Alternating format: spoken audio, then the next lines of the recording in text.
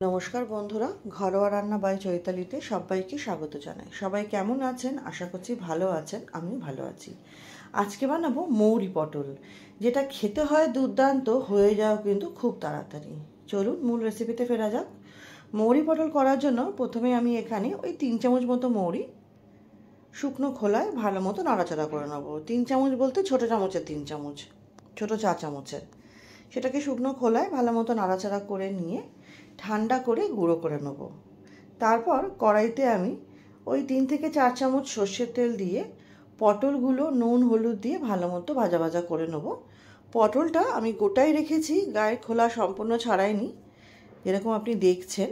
আর মাথায় আর নিচে একটা করে কাট লাগিয়ে নিয়েছি, যাতে পটলের মধ্যে মশলাগুলো খুব ভালো মতো ঢুকে যায়।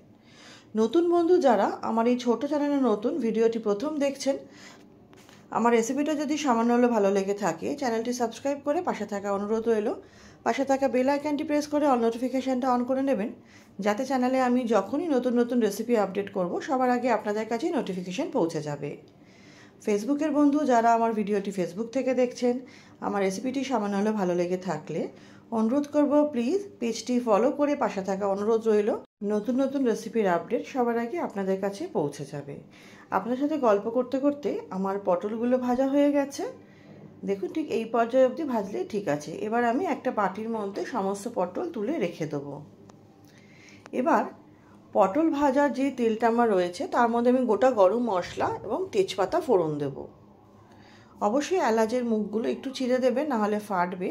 গোটা গরম মশলার মধ্যে এলাচ, লবঙ্গ, দারচিনি আছে 6 থেকে 7 সেকেন্ড ভালো মতো নাড়াচাড়া করে নিয়ে আমি 1 ইঞ্চি আদা আর এই 3-4টে মতো কাঁচা লঙ্কা পেস্ট করে রেখেছিলাম, সেটা দিয়ে দেবো। কাঁচা লঙ্কার ঝালটা অবশ্যই আপনাদের স্বাদ অনুযায়ী বাড়িয়ে কমিয়ে নেবেন। দিয়ে এটা কিছুক্ষণ নাড়াচাড়া করে নেবো, যাতে আদা কাঁচা লঙ্কার গন্ধটা চলে যায়।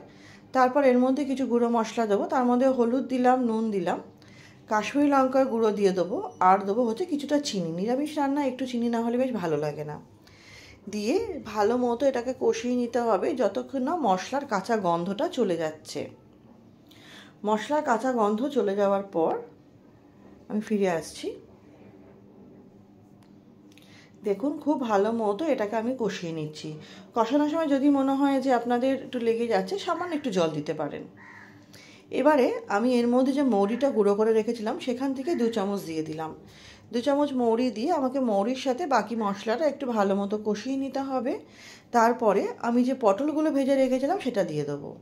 সেটা দিয়ে পটলের সাথে মশলা আমাকে কিছুক্ষণ কষিয়ে নিতে হবে। যত ভালো করে কষাবো তত ভালো পটলের মধ্যে মশলাও ঢুকবে আর খেতেও দুর্দান্ত হবে। এইভাবে একবার মৌরি পটল বানিয়ে দেখবেন, কারণ মৌরির তো অনেক রকম পটলের তো অনেক রকম রেসিপি আপনারা খেয়েছেন। এইভাবে একবার বানিয়ে খেয়ে দেখবেন, কথা দিচ্ছি মুখে স্বাদ লেগে থাকবে, অপূর্ব হয়েছিল।